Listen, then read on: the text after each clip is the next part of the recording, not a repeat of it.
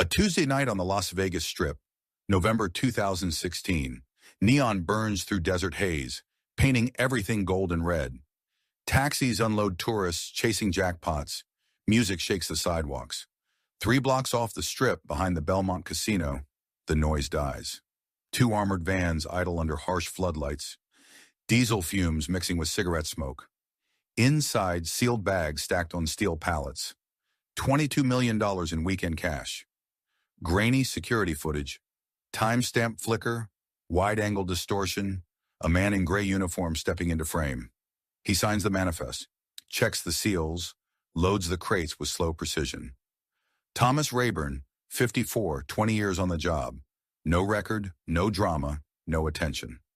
At 3:14 a.m., he shuts the doors, waves once to the guard, and drives into the neon night. By dawn, the van is found empty. The money and Thomas Rayburn are gone. No masks, no guns, no violence. Just 20 years of patience in 15 minutes of perfection. Before we dive into the story of the invisible man who walked away with a fortune, don't forget to like this video, leave a comment with your thoughts, subscribe to the channel, and hit that hype button to share this with other true crime fans. This is the story of the driver who knew too much. Thomas Edwin Rayburn was born in Henderson, Nevada, in 1962, back when Henderson was still a small town outside Las Vegas, not the sprawling suburb it would become. Henderson in those days was a place where everybody knew everybody, where the casino lights from the Strip were visible but distant, like a promise of something bigger that never quite reached you. His father, Edwin Rayburn Sr., was a Vietnam veteran who worked maintenance at the Flamingo in the 70s. Edwin Sr. had served 2 tours in Vietnam as a mechanic, came home with shrapnel in his leg and nightmares he never talked about, and spent the rest of his life fixing air conditioning units and slot machines in casino back rooms. His mother, Dorothy, was a cocktail waitress at the Stardust, one of those women who could carry 8 drinks on a tray while navigating a crowded casino floor in high heels and a costume that weighed 15 pounds. She worked that job for 12 years until her feet couldn't take it anymore, and she took a position as a cashier at a grocery store. They raised Thomas and his younger sister, Rebecca, in a modest ranch house on Van Wagenen Street, a small 3-bedroom place with a gravel yard, a chain-link fence, and a carport where Edwin Sr. kept his tools meticulously organized. The house was always clean but never quite comfortable, filled with the quiet tension of parents who worked too much and dreamed too little. Tommy was quiet, said his sister, Rebecca Solis, in an interview 5 years after the heist. She sat in her living room in Henderson, photographs of Thomas spread across the coffee table, school pictures, family snapshots, images of a thin boy who rarely smiled. Even as a kid, he just watched people, watched how things worked. While other kids were playing baseball or riding bikes, Tommy would sit on the porch and watch the neighbors. He'd notice things, like which houses got the newspaper delivered first, or which cars left for work at exactly the same time every day.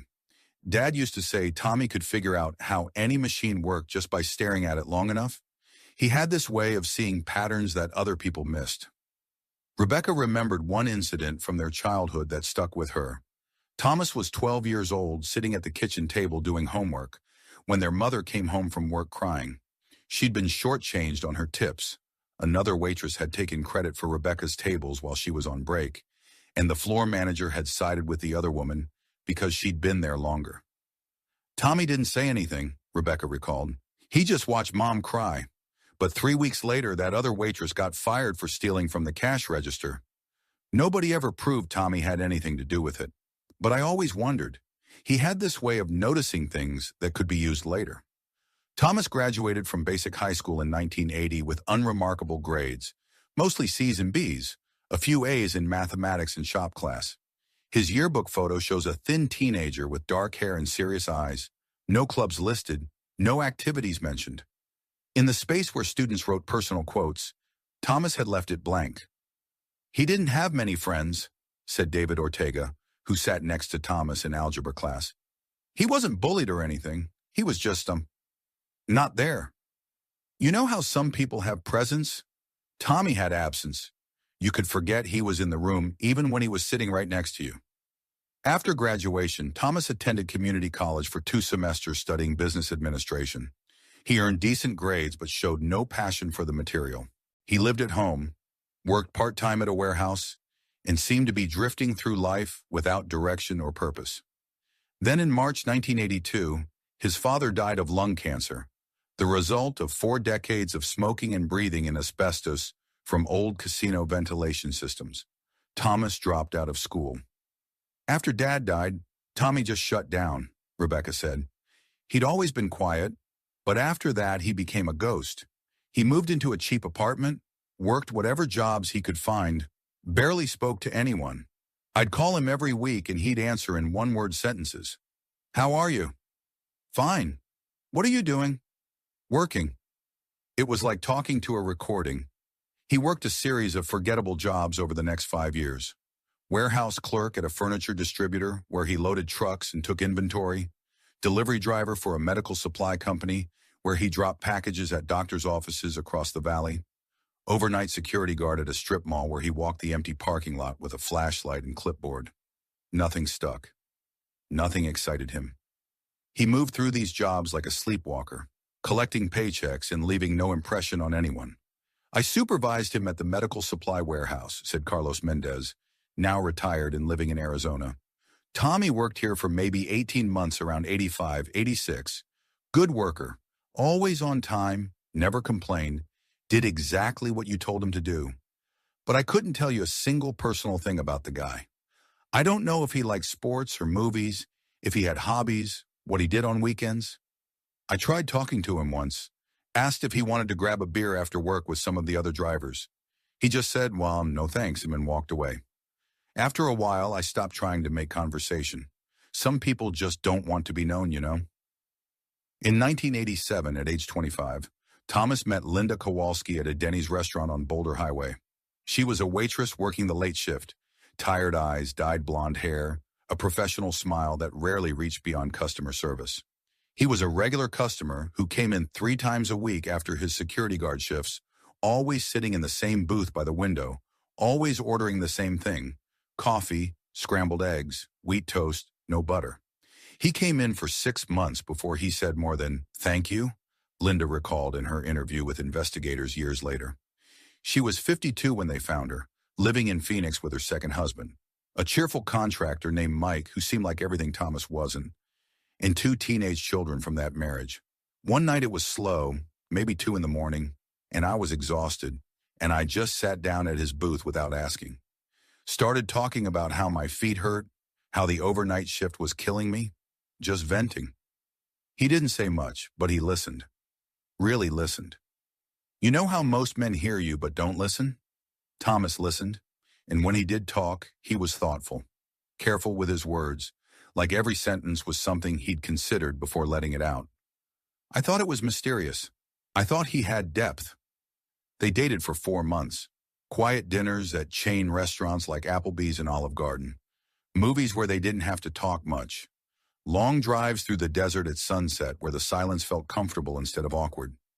Linda thought Thomas was just shy, that eventually he'd open up and reveal himself, that there was some inner life he was protecting that she'd eventually be allowed to see. They married in a small ceremony at a chapel on Boulder Highway in September 1987.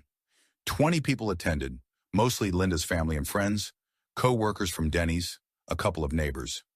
Thomas's side was nearly empty.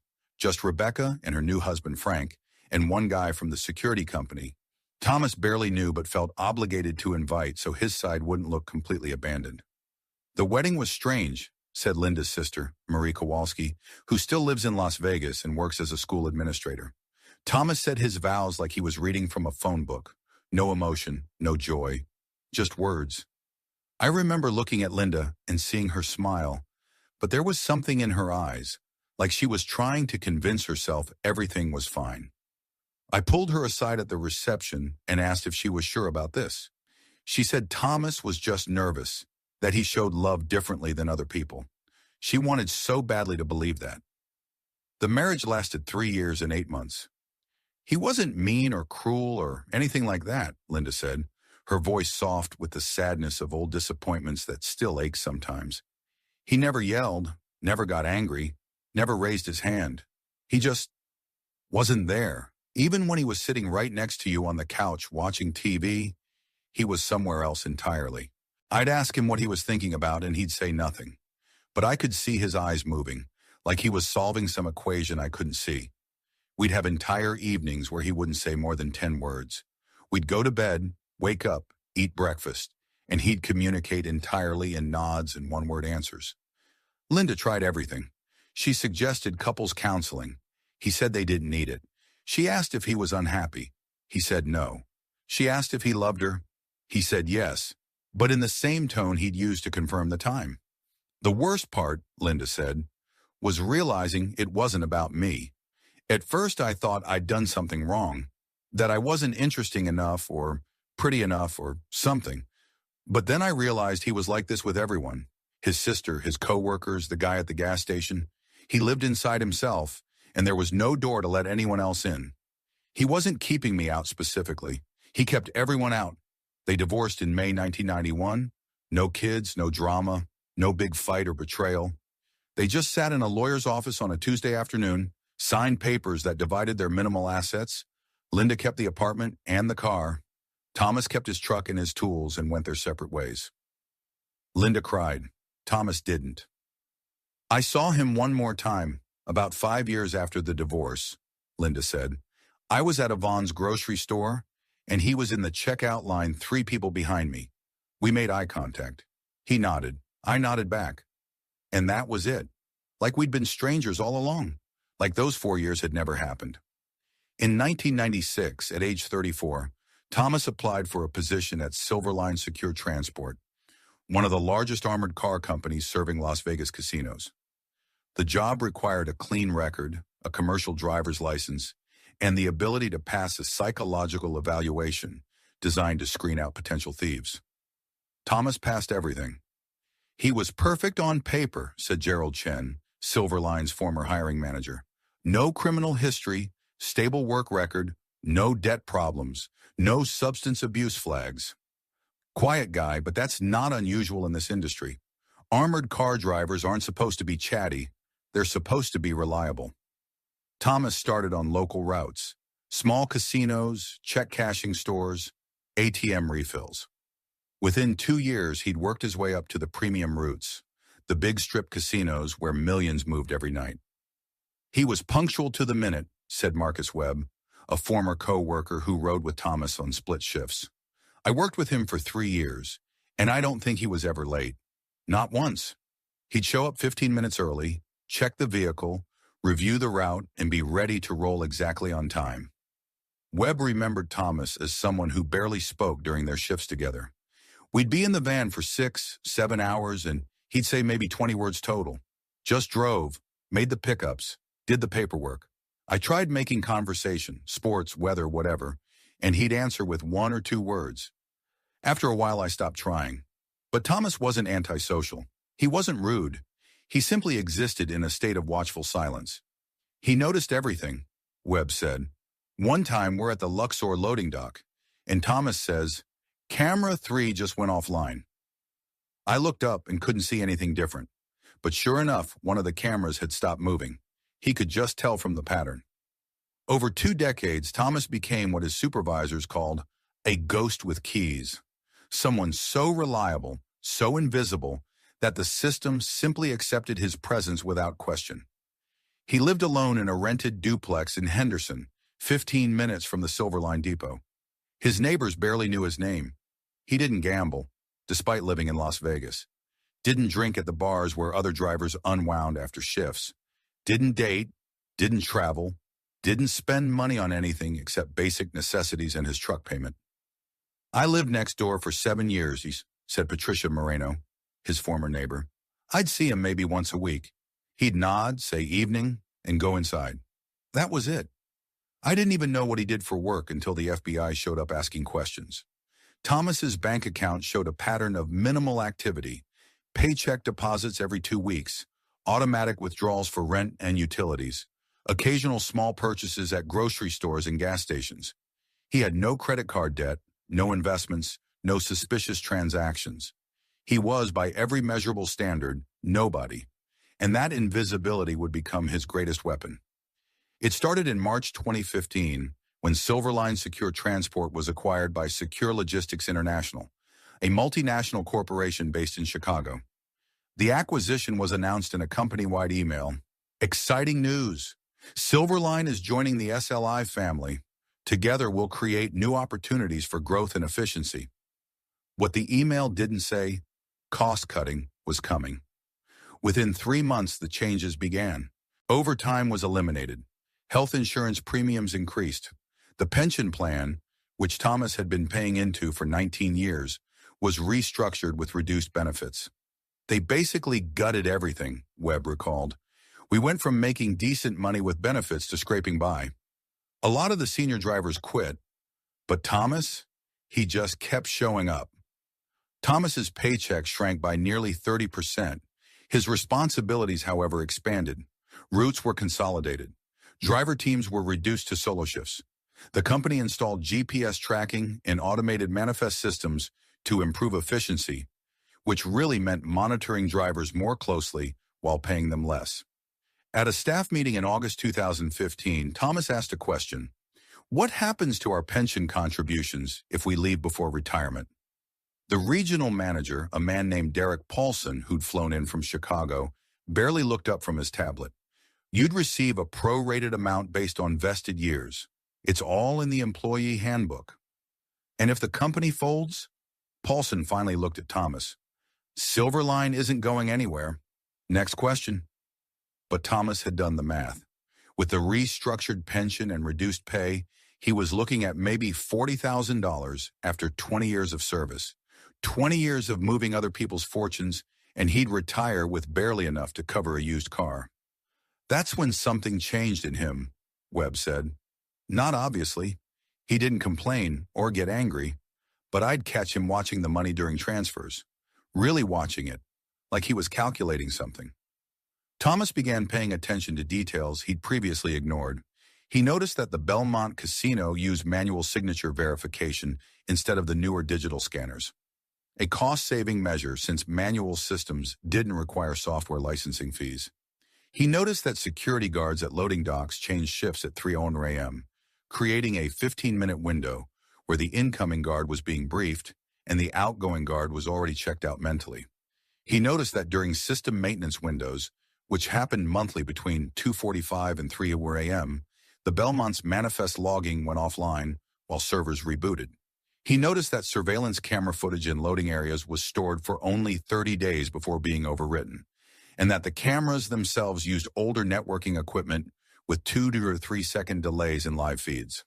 Nobody was paying attention, said FBI Special Agent Rebecca Ortiz, who later led the investigation. The casinos and Silverline both operated on institutional trust. Thomas had 20 years of clean service. He was bonded and insured. He'd been background checked multiple times. The system assumed he was safe because he'd always been safe. But Thomas had realized something crucial. The system's security wasn't designed to stop insiders. It was designed to stop outsiders. And he was the ultimate insider. In October 2015, Thomas drove to a public storage facility in North Las Vegas and rented a unit under his own name. No fake IDs, no elaborate cover story. Just a simple month-to-month rental for $120. I thought he was probably storing old furniture or car parts, said the facility manager, Luis Dominguez. Lots of people rent units for that. He paid in cash, never caused problems, came and went at odd hours. But that's normal for this place. Inside the unit, Thomas began assembling supplies. Not weapons, not lock-picking tools, not anything obviously criminal. He collected discarded shipping materials from his legitimate work, damaged pallets, torn shipping labels, cracked plastic security seals, all things that would normally be thrown away but could be repaired or replicated. He purchased an industrial label printer from a liquidation sale, the same model Silverline used. He bought reams of security paper stock that matched company manifests. He acquired handheld barcode scanners from eBay, the discontinued models that Silverline had phased out, but some smaller casinos still accepted. Everything was legal to own. Nothing required special permits. That's what made it brilliant, Agent Ortiz said. He wasn't building a criminal enterprise. He was creating a perfect duplicate of a legitimate operation. Anyone could have bought the same equipment, but only someone with Thomas's experience would know exactly which equipment mattered. For months, Thomas studied the patterns. He logged every detail in a small notebook he kept in his work locker. Camera angles, guard rotation times, manifest serial number sequences, GPS signal dead zones, radio frequency delays. "We found that notebook later," Ortiz said. 50 pages of handwritten observations, dates, times, camera positions. He'd mapped out the entire strip's armored car infrastructure like a military tactician studying enemy territory. His co-workers noticed nothing unusual. "Looking back, maybe he was quieter than normal," Webb said. But Thomas was always quiet, so who could tell? By October 2016, Thomas had everything he needed: knowledge, equipment, and a window of opportunity that opened once a month during system maintenance. He just needed one more thing: a vehicle. On October 8, 2016, Thomas attended a public auction in Henderson, where the city was selling surplus vehicles, office equipment, and various items seized in bankruptcies and foreclosures. The auction was held in a dusty lot behind a municipal warehouse. About 40 people wandered among the vehicles, mostly small business owners looking for cheap trucks, contractors hunting for equipment deals, and a few curious locals just browsing. The air smelled like motor oil and desert heat. Among the lots, a 2011 Ford E450 armored van, formerly used by a now-defunct security company called Desert Shield Transport. The van was white with faded blue lettering, reinforced doors, and bulletproof windows. It had been seized in a bankruptcy proceeding 18 months earlier and sat in the city impound lot collecting dust and bird droppings ever since. The auctioneer, a weathered man in his 60s with a microphone and a tired voice, started the bidding at $12,000. Silence. "Come on, folks, this is a solid vehicle. Armored, custom interior. Runs great." Nothing. "All right, how about 10,000? Anyone? 10,000 for a vehicle that cost 75 new?" More silence. Most people weren't in the market for an armored van. 8,000? "Do I hear 8,000? Thomas raised his bidding paddle. Number 47.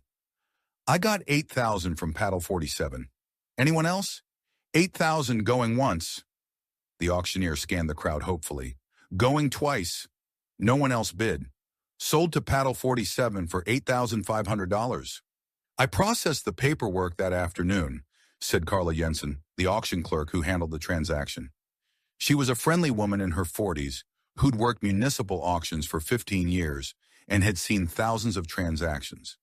He paid with a cashier's check, already made out, like he knew exactly what he was going to buy. Filled out all the registration forms perfectly, no mistakes, no questions. Very efficient. I asked him what he planned to use an armored van for, just making conversation. He said he worked in security and wanted it for a training project. Made sense to me. Signed over the title and he drove it off the lot that afternoon around 3 p.m. Thomas registered the van in his own name at the DMV. Again, no fake identity, no elaborate cover story, no attempt to hide the purchase. He filled out Form DMV 14, paid the registration fee with a money order, and received license plates under his real name and address. He drove the van directly to his storage unit in North Las Vegas, a facility called Secure Store, one of those places with hundreds of identical orange doors in long rows, surrounded by chain-link fencing and security cameras that mostly worked. He backed the van into the unit and closed the rolling door. For the next 2 weeks, Thomas transformed the vehicle.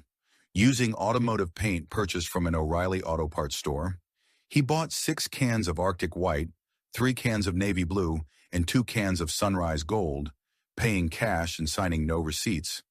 He matched the van's exterior to Silverline's corporate colors. He worked methodically, applying primer first, then base coats, then clear protective coating. The work took 3 days, done entirely inside the storage unit with the door closed, a respirator mask protecting his lungs from fumes. He replicated the company logo using vinyl decals printed at a commercial sign shop called Signworks on Charleston Boulevard. He walked in on a Wednesday afternoon with a high-quality photograph he'd taken of a real Silverline van and told the owner, a chatty man named Rick Paulson, who ran the shop with his wife, that he needed the decals for a security training demonstration his company was conducting. He had the exact dimensions, the exact Pantone color codes, everything, Rick recalled when investigators interviewed him. Most customers come in with vague ideas. This guy had specs like an engineer. He showed me the photo and said he needed 2 sets of decals, company logo, vehicle number, everything. I quoted him $400. He paid cash, picked them up 3 days later, never complained about the price. Professional guy. I had no reason to think anything was weird about it. Thomas applied the decals himself, using a heat gun and squeegee to eliminate air bubbles, aligning everything perfectly to match the real Silverline fleet vehicles he'd been driving for 20 years. He installed magnetic vehicle identification numbers on the doors, numbers that matched Silverline's fleet registry, numbers he'd memorized from seeing hundreds of vans cycle through the depot over 2 decades. He purchased these magnetic numbers from an online industrial supplier that sold them to fleet management companies. He added radio antennas purchased from an electronics surplus store, the kind that looked functional but weren't connected to anything. Same with the GPS housings on the roof, empty shells that gave the appearance of tracking equipment without containing any actual technology. From 20 feet away, in anything less than bright daylight, the van was indistinguishable from a real Silverline vehicle. It was a prop, Agent Ortiz explained later, like a movie set piece. It didn't need to function. It just needed to look right for about 15 minutes in dim lighting. And that's exactly what Thomas gave it. Perfect surface details with nothing beneath them. Throughout October, Thomas refined every aspect of his plan. He drove the route from the Belmont Casino to the abandoned industrial lot multiple times, always at night, always at the same time he planned to execute the heist. 15 miles through North Las Vegas, through areas zoned for warehouses and manufacturing that were largely empty after midnight. He timed the drive. 22 minutes at 55 miles per hour, 26 minutes at the speed limit. He mapped every security camera along the route using publicly available information and personal observation. There were 3 traffic cameras on the first 5 miles, but none on the final 10-mile stretch through the industrial zone. He verified that the abandoned lot was owned by a dissolved LLC called Western Properties Group, which had declared bankruptcy in 2014.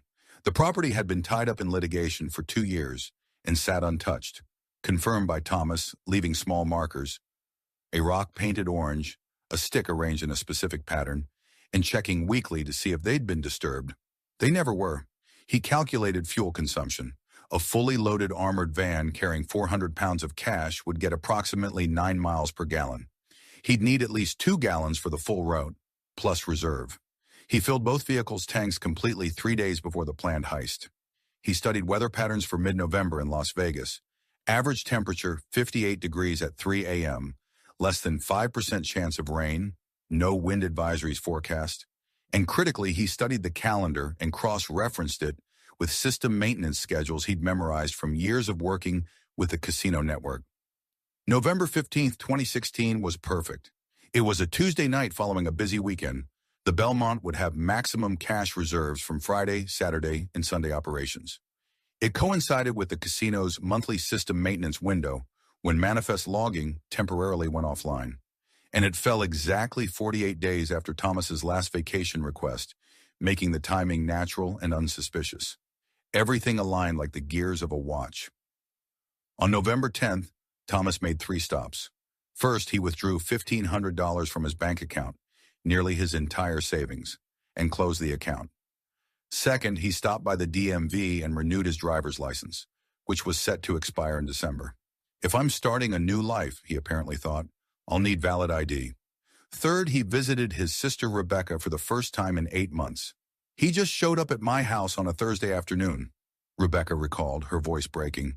Said he wanted to see how I was doing, how the kids were. We had coffee. He helped my son with his math homework. Then he hugged me, which was weird because Tommy never hugged anyone, and said, "Take care of yourself, Becca." Did he seem different? An investigator asked her later. He seemed lighter, like a weight had been lifted. I thought maybe he'd met someone or gotten a promotion. I never imagined... She couldn't finish the sentence.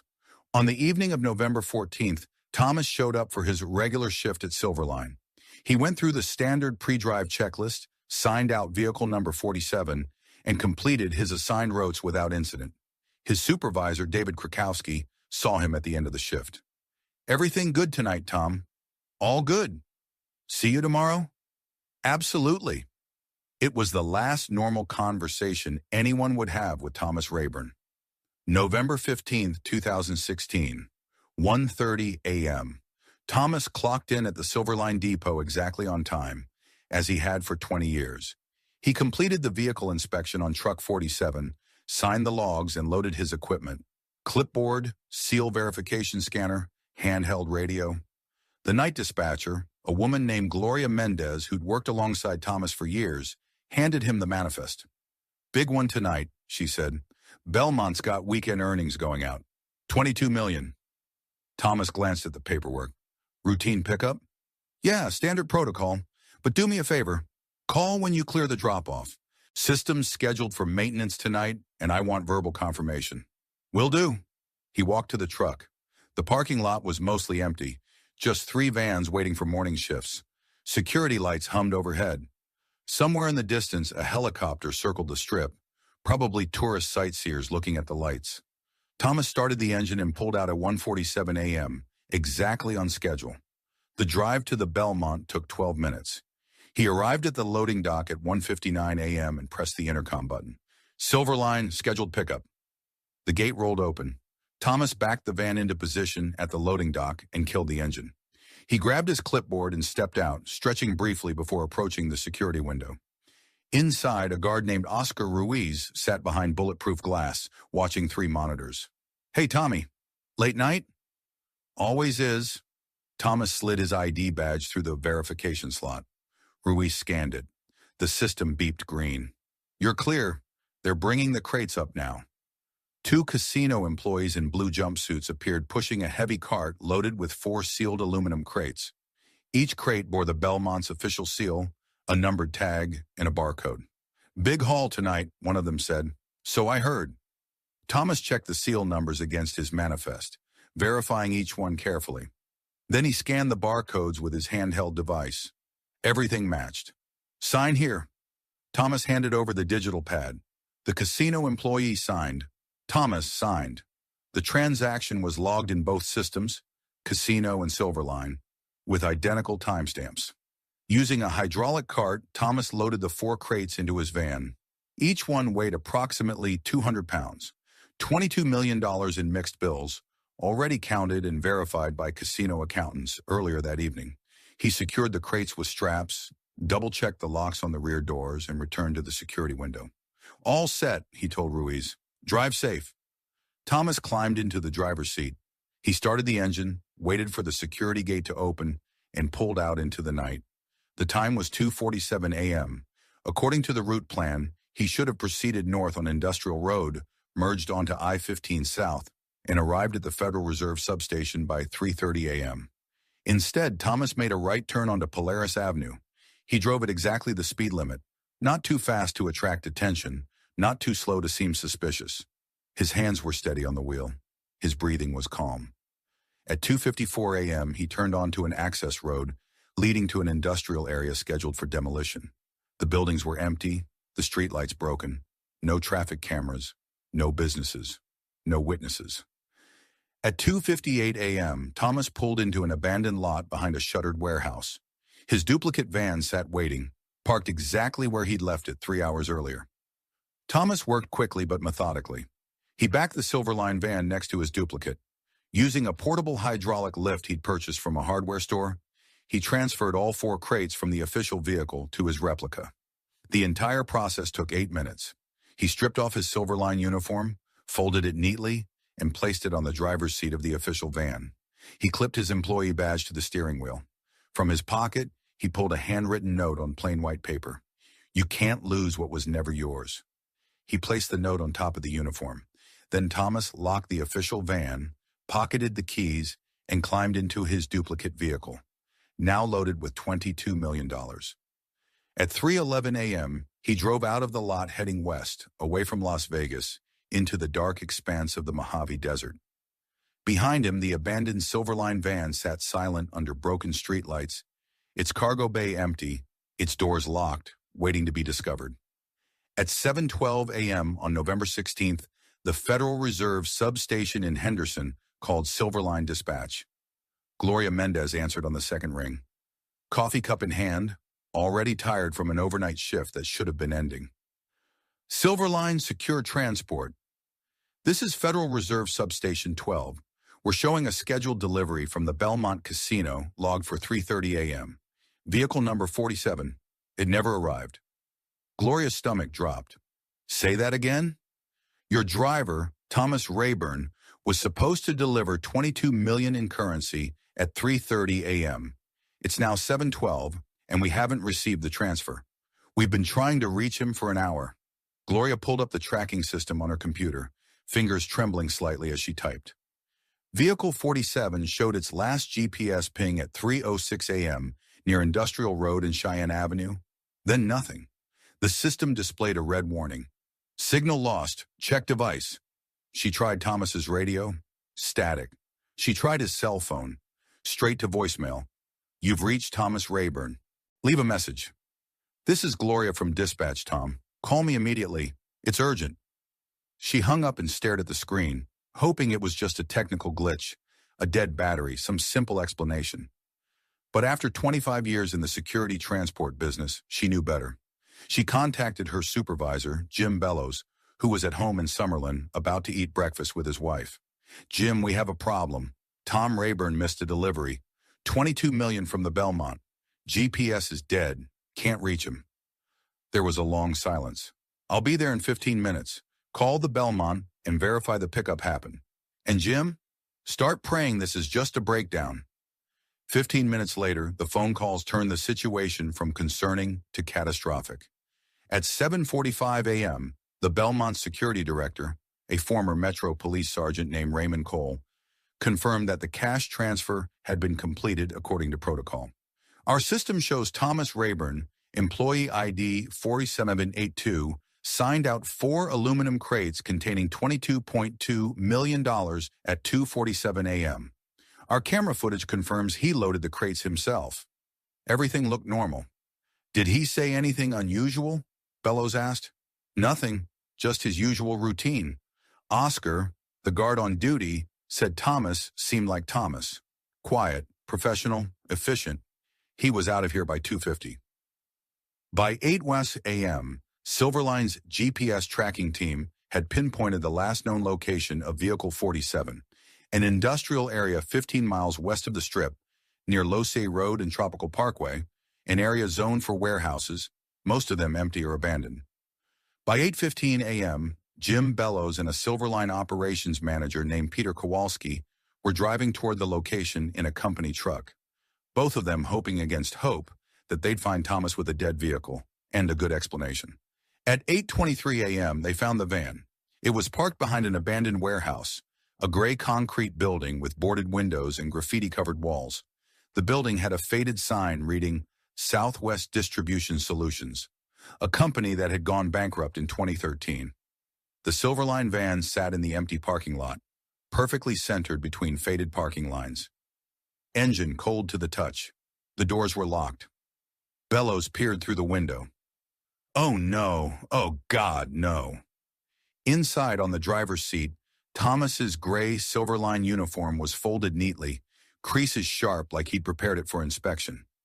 His employee badge, the one he'd worn every day for 20 years, was clipped to the steering wheel, the photo facing forward, Thomas's serious expression staring out at nothing. On top of the uniform lay a handwritten note on plain white paper, written in Thomas's precise block letters. You can't lose what was never yours. Kowalski called 911. We need police at Losay and Tropical, behind the old Southwest Distribution Building. We have an abandoned armored car. The cargo is missing. At 8:31 a.m., Las Vegas Metro Police Officer Dennis Harkness arrived on scene. Lights flashing, but no siren. There was no emergency anymore, just a crime scene. When I saw that scene, Officer Harkness later testified at a grand jury hearing, I knew immediately this wasn't a random robbery or a carjacking. The vehicle was locked, not broken into. The uniform was folded like somebody leaving their desk at the end of the day. The note was philosophical, not threatening. This was planned. This was calculated. This was someone who knew exactly what they were doing and wanted everyone to know they did it intentionally. Harkness called for backup and secured the scene. Within 15 minutes, the parking lot was taped off. Crime scene technicians were photographing everything, and detectives were swarming the vehicle. The cargo bay was empty. Not ransacked, not forced open, just empty, as if the money had never been there. Within 90 minutes, the FBI was notified. By noon, Special Agent Rebecca Ortiz and a full task force of 12 investigators had taken over the case, setting up a command center at the Las Vegas FBI field office on Las Vegas Boulevard. "We treat armored car thefts as priority one," Ortiz explained during a press conference later that day, standing behind a podium with the FBI seal, cameras flashing. $22 million is significant even by Las Vegas standards, and the clean execution suggested either a sophisticated criminal organization or an insider with extensive knowledge. Based on preliminary evidence, we were looking at the latter. The investigation moved quickly and methodically, like a military operation. Agents interviewed everyone at Silverline. They pulled Thomas's personnel file, employment history, financial records. They interviewed neighbors, co-workers, his ex-wife, his sister. They found no red flags, no sudden debt, no suspicious contacts, no criminal associates. "He was a ghost," Ortiz said. 20 years of absolute reliability, then he just vanishes with $22 million. They reviewed surveillance footage from the Belmont loading dock. It showed Thomas conducting the pickup exactly according to protocol. No suspicious behavior. No accomplices visible. They checked traffic cameras along every possible route. They found footage of Vehicle 47 heading west on Polaris Avenue at 2:49 a.m., the last confirmed sighting. "And then he disappeared," Ortiz said, "like he drove into a different dimension." Investigators discovered the storage unit Thomas had rented. Inside, they found scraps of materials used to create duplicate manifests and seals, along with the notebook containing his observations of casino security systems. "That notebook told us everything," Ortiz said. "He'd been planning this for over a year. He documented every vulnerability, every gap in coverage, every timing window. This wasn't an impulsive crime. This was a systematic dismantling of the system he'd spent 2 decades helping to build." They located the auction records showing Thomas had purchased a surplus armored van. They tracked down the sign shop that printed the vehicle decals. They found receipts for paint, equipment, tools. Everything was legal, Ortiz noted. He didn't steal the van. He didn't counterfeit the decals. He purchased everything legitimately. The only crime was the actual theft itself. But where was Thomas? The FBI issued a federal warrant for his arrest. His photograph appeared on news broadcasts across the Southwest. A tip line was established. Days passed. No credible sightings, no financial activity, no communications. "It's like he evaporated," Ortiz said. 3 weeks after the heist, a break emerged. A gas station attendant in Kanab, Utah, a small town near the Arizona border, called the FBI tip line. "I think I saw that guy from the news, the casino driver." Agent Ortiz drove to Kanab personally. She reviewed the security footage. At 6:47 a.m. on November 16th, roughly 14 hours after the heist, a man matching Thomas's description had purchased coffee, a road atlas, and a prepaid phone card. He paid cash. He wore a baseball cap and sunglasses despite the early hour. The footage quality was poor, a single grainy camera positioned behind the register. "Is that him?" the attendant asked. Ortiz studied the screen. The man's build matched. The age seemed right, but the image was inconclusive. "Can't say for certain," she admitted. He asked for directions, the attendant added, to the interstate, heading east. East could mean anywhere, Arizona, New Mexico, Texas, or beyond. Investigators canvassed the area. They checked every hotel, every diner, every gas station within 100 miles. No one else remembered seeing Thomas. He was smart, Ortiz said. Small towns, cash transactions, no paper trail. If you stay off the grid and don't attract attention, you can disappear surprisingly easily. Meanwhile, the investigation into the stolen money continued. Federal prosecutors built a case for theft, interstate transportation of stolen funds, and fraud, but they couldn't charge anyone without finding them first. Silverline Secure Transport collapsed within 6 months.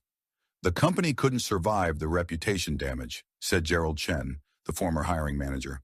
Casinos lost confidence in our security protocols. Insurance premiums skyrocketed. Clients terminated their contracts. By April 2017, we were filing for bankruptcy. The Belmont Casino sued Silverline for negligence.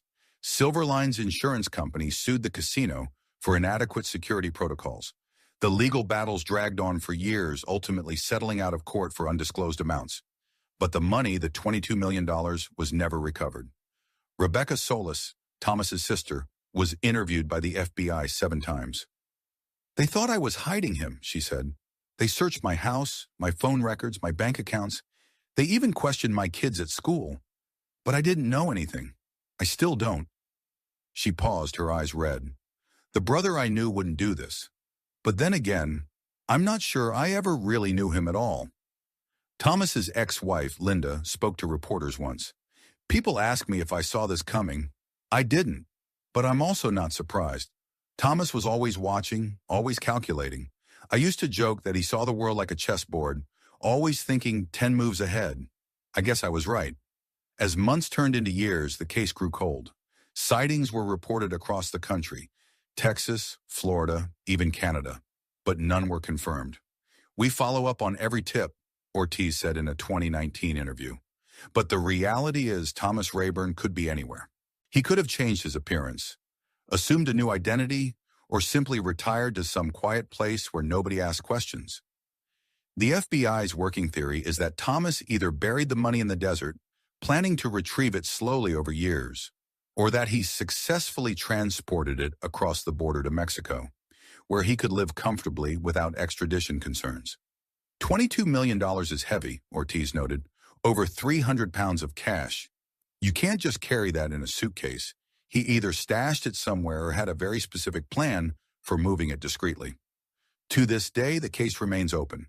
Thomas Rayburn is listed on the FBI's most wanted list, though he's slipped from the top tier to the middle ranks as newer, more violent crimes take priority. We haven't forgotten, Ortiz said. Eventually, someone will see him. Eventually, he'll make a mistake. Or maybe he won't. Maybe he really did execute the perfect heist. The impact of Thomas Rayburn's theft rippled through Las Vegas for years. Every casino on the Strip upgraded their cash handling protocols. Manual signature systems were replaced with biometric scanners. GPS tracking became mandatory with real-time monitoring. Armored car companies implemented 2-person minimum teams for all high-value transfers. The industry learned an expensive lesson, said casino security consultant Martin Delgado. Insider threats are the most dangerous because they know exactly where the vulnerabilities are. Thomas exploited institutional trust that had existed for decades. The Nevada Gaming Control Board issued new regulations requiring blockchain-verified manifest logging, making it virtually impossible to duplicate or alter transfer records. Thomas succeeded because the system relied on paper trails and trust, Delgado explained. Now everything is digital, encrypted, and verified in real time. What he did couldn't happen today. But the question that haunts investigators isn't just how Thomas did it. It's why he waited so long.